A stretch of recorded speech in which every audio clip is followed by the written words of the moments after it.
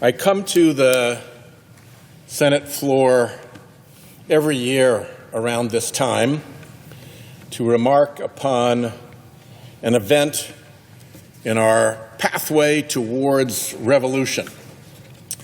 As we close in on the semi-quincentennial celebration of our Day of Independence, July 4th, 1776, I want to take this chamber back 4 more years than that, to June 9th, 1772, when the first blow was struck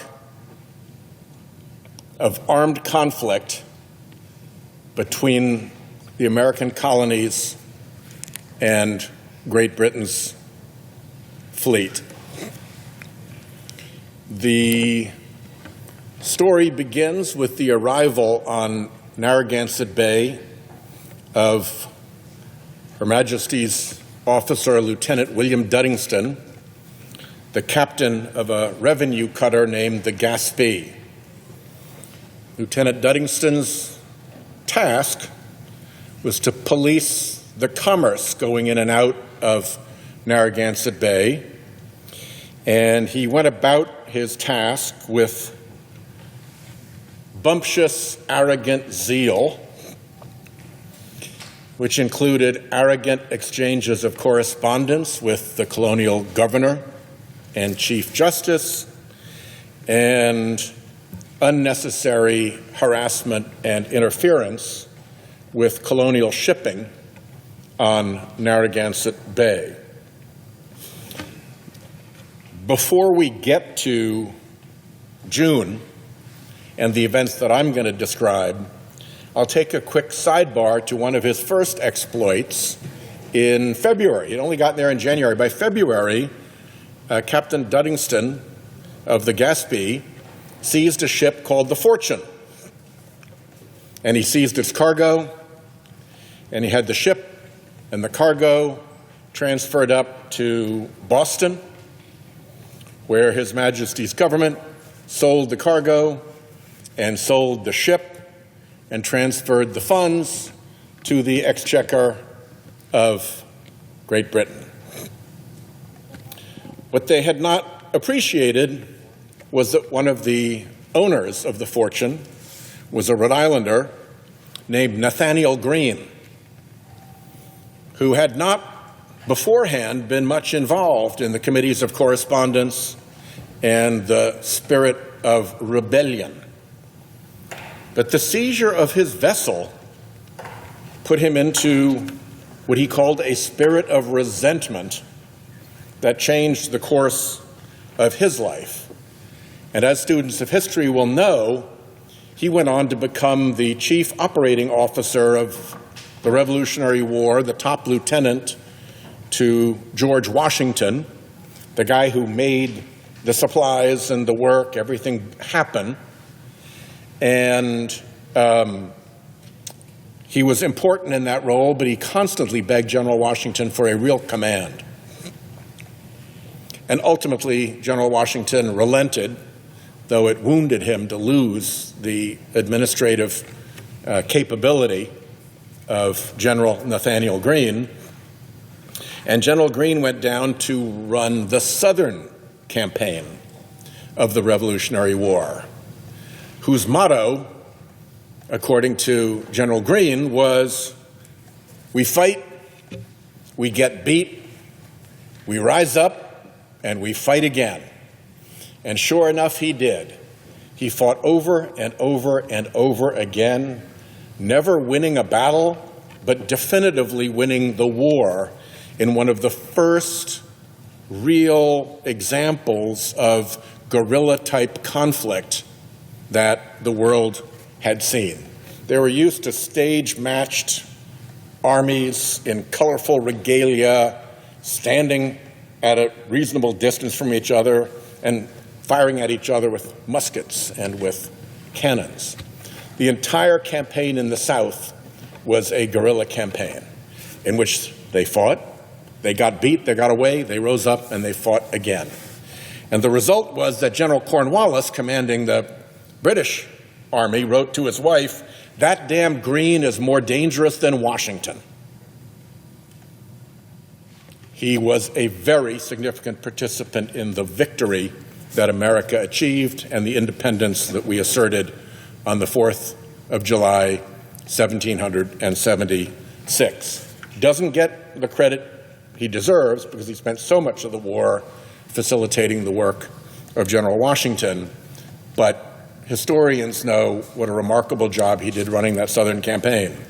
And you can trace that all the way back to Lieutenant William Duddingston and the Gaspee seizing his ship, the Fortune, and lighting up that spirit of resentment.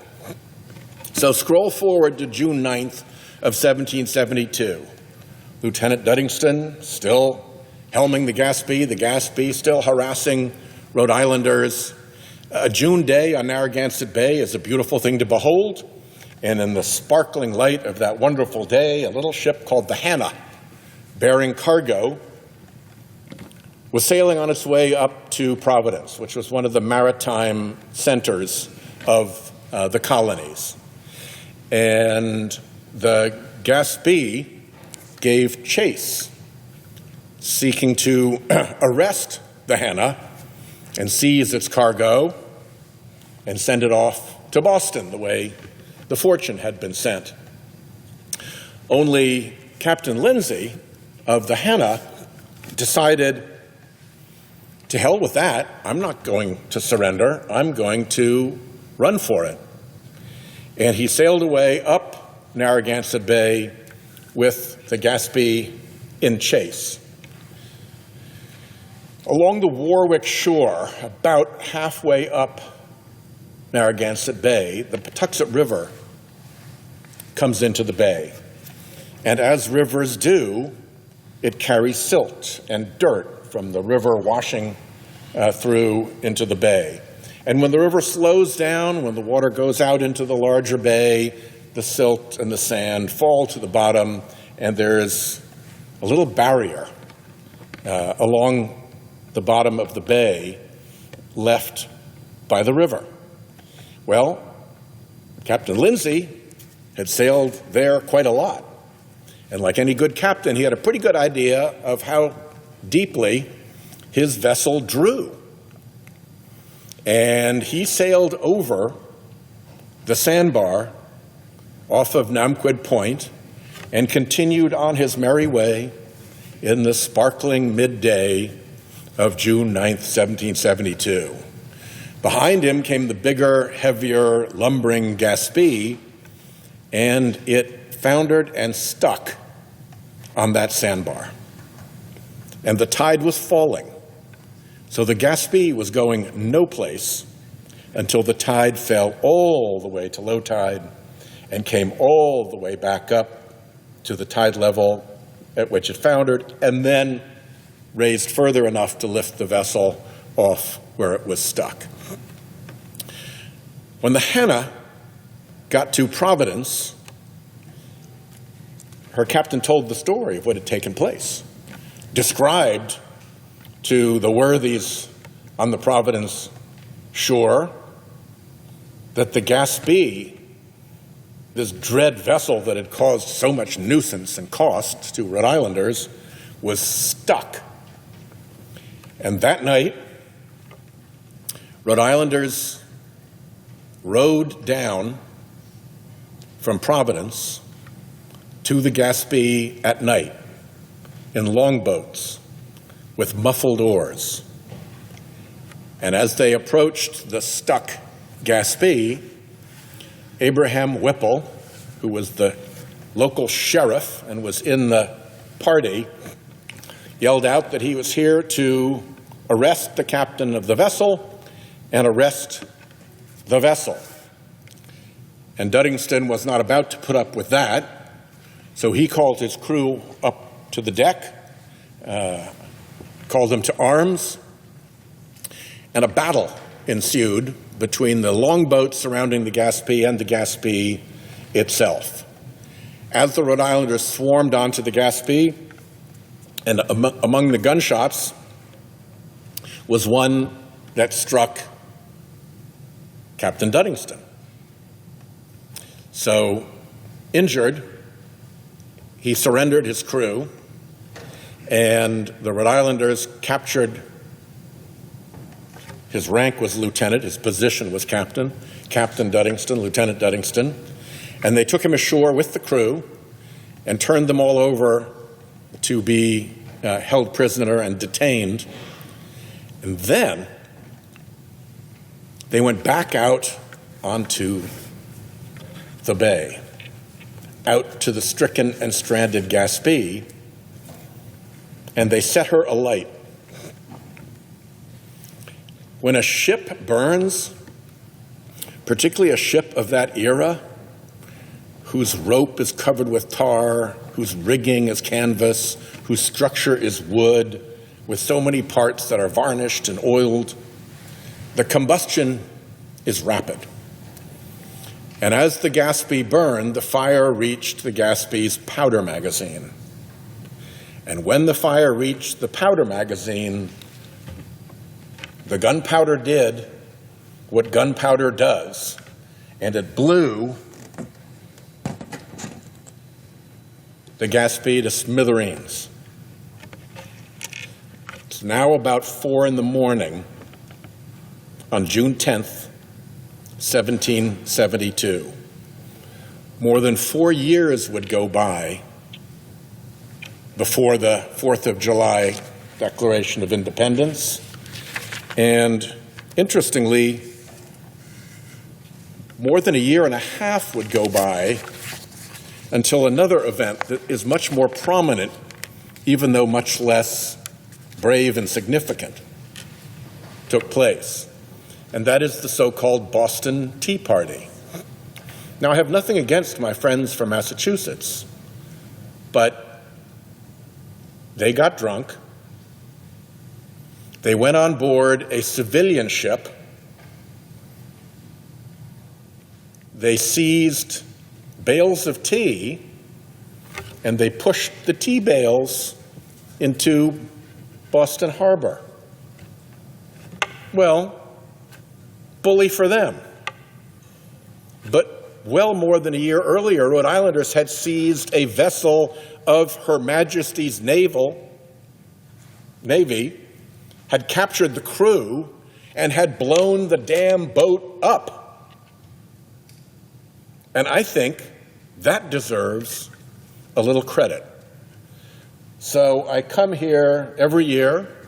When I go home this weekend, we'll be marching in the Gaspee Days parade that goes by Namquid Point, now called Gaspee Point, where an annual celebration takes place.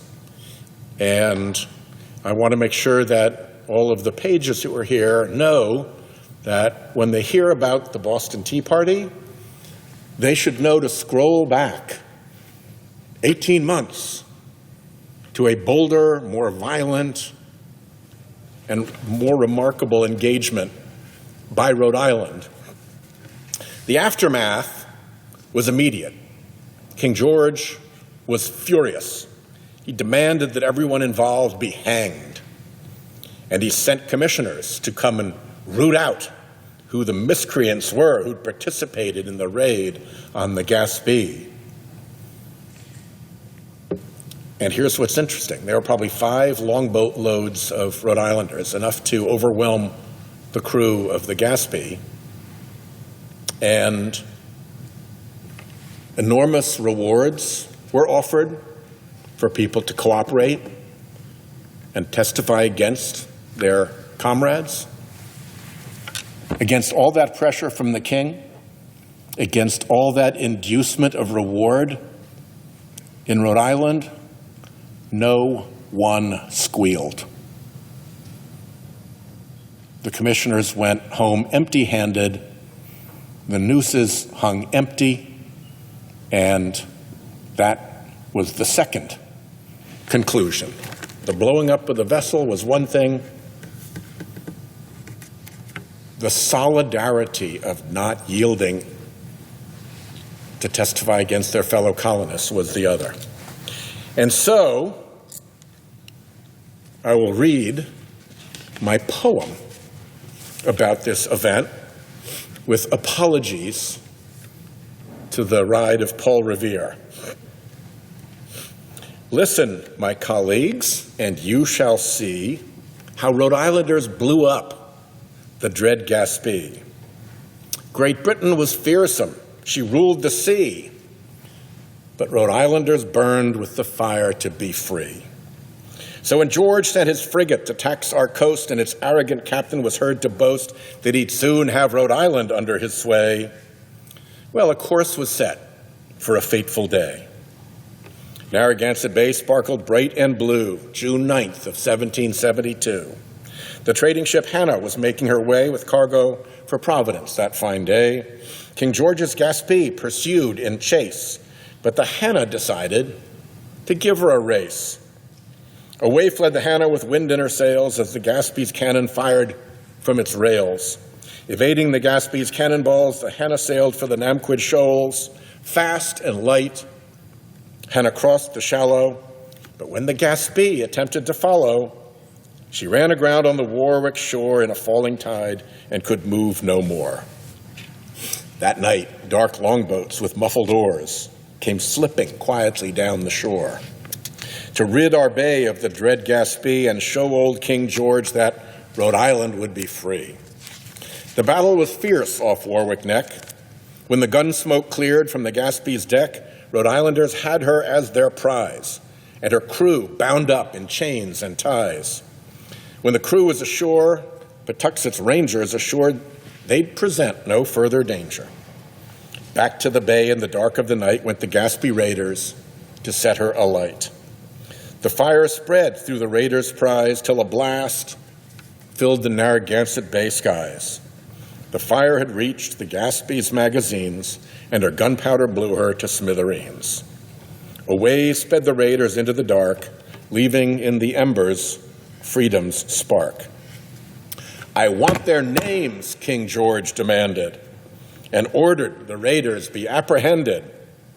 But his call for hangings came to naught. His nooses hung empty. No charge was brought, because never a traitorous tale was told.